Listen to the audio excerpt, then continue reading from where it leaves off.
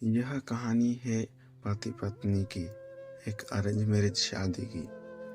राहुल नाम का व्यक्ति की शादी अरेंज मैरिज के तौर पर सुमित्रा से हुई। दोनों की शादी अरेंज मैरिज होने के कारण वे दोनों एक दूसरे को पहले से नहीं जानते थे।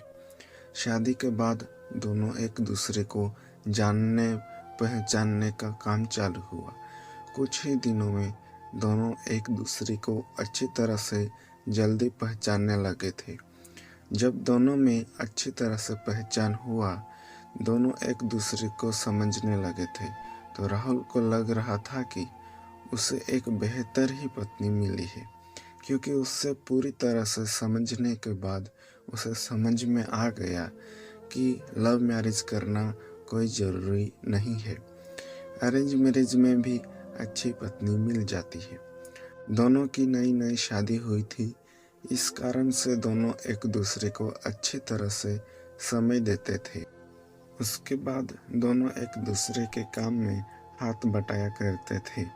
पति पत्नी दोनों में खूब ज़्यादा प्यार का होने लगा। अब उसकी पत्नी भी राहुल को समझ गई थी और उसे किसी भी प्रकार का कोई काम या किसी प्रकार की कोई सामान जरूरत पड़ने से पहले ही उसकी पत्नी उसके सामने हाजिर कर देती थी।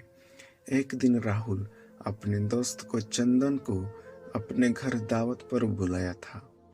राहुल और सुमित्रा के प्यार को देखकर चंदन बोल उठा, तुमने तो अरेंज मैरिज की है, लेकिन तुम्हारी पत्नी बहुत अच्छी है, तुम्हारा बहुत ज़्यादा ख्याल रखती है और तुम दोनों भी अच्छी तरह से अपना काम कर रहे हो। तुम्हारी पत्नी तो बहुत ज़्यादा खूबसूरत है और हर काम में तुम्हारा बहुत ज़्यादा ध्यान रखती है।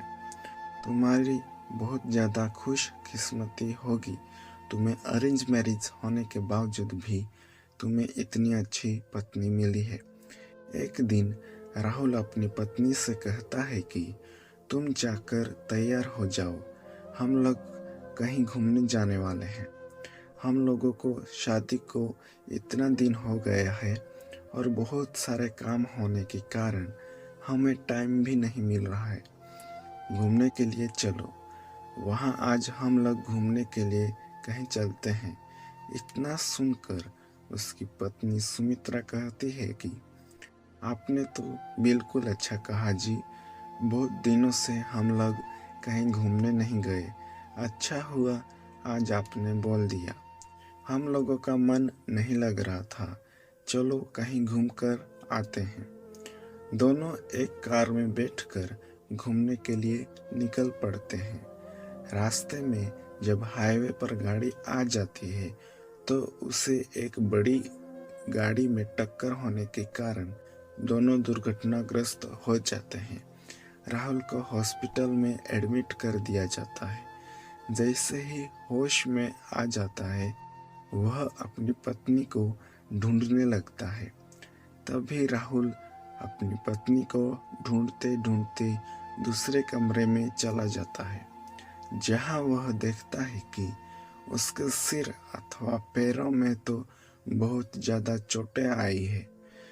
राहुल घबरा कर डॉक्टर से पूछता है कि मेरी पत्नी की तबीयत ठीक तो है, क्या वह सही हो जाएगी?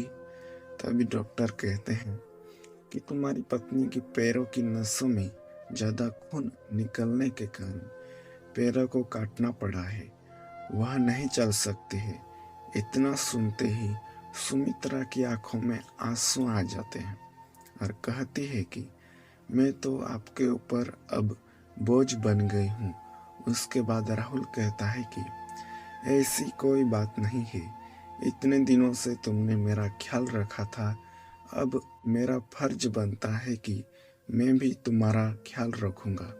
अब दोनों साथ मिलकर अपने घर की तरफ रवाना हुए। घर जाकर दोनों एक दूसरे के बिना ना रहने की कसम खाई थी। फिर उसके बाद अब फिर वह अपनी जॉब को छोड़कर घर से ही वर्क टू होम मतलब कि वर्क फ्रॉम होम किया करता था।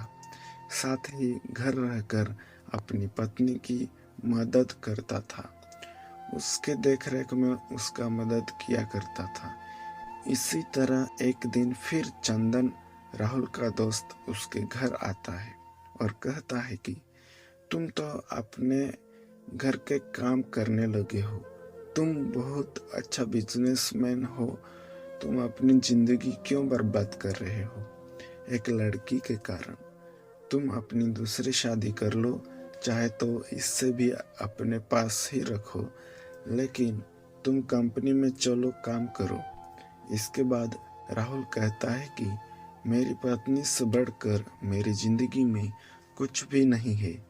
मैं उसकी देखभाल हमेशा करूँगा और करता ही रहूँगा, क्योंकि हमेशा से ही मुझसे प्रेम करती थी और हमेशा से ही हम लोग पति पत्नी आपस में प्रेम करते रहेंगे। फिर वह अपने दोस्त को कहता है कि तुमने एक बार मुझसे कहा था कि मुझसे तुम्हारी पत्नी बहुत अच्छी है, तुम बहुत खुशकिस्मत हो, तुम्हें ऐसी पत्नी मिली है। फिर आज क्या बात है, क्या तुम इस प्रकार के बाद मेरी पत्नी के लिए उपयोग कर रहे हो? आखिरकार जितना दिन उसने मेरी मदद की है, मेरा भी फर्ज बनता है कि मैं उसे ज़िंदगी भर मदद करता रहूँगा।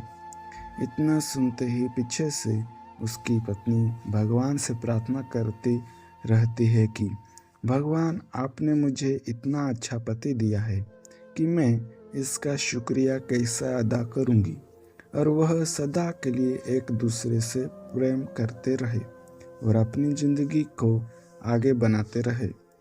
इस कहानी की सीख यह है कि इसलिए मेरा मानना है कि पत्नी चाहे जैसे भी हो, उसे कभी नहीं छोड़नी चाहिए, और पत्नी को कोई तकलीफ होती है तो उसका साथ देना चाहिए, ना कि उसका साथ छोड़ना चाहिए। यह कहानी कैसी लगी कमेंट में ज़रूर बताएं। Thank you.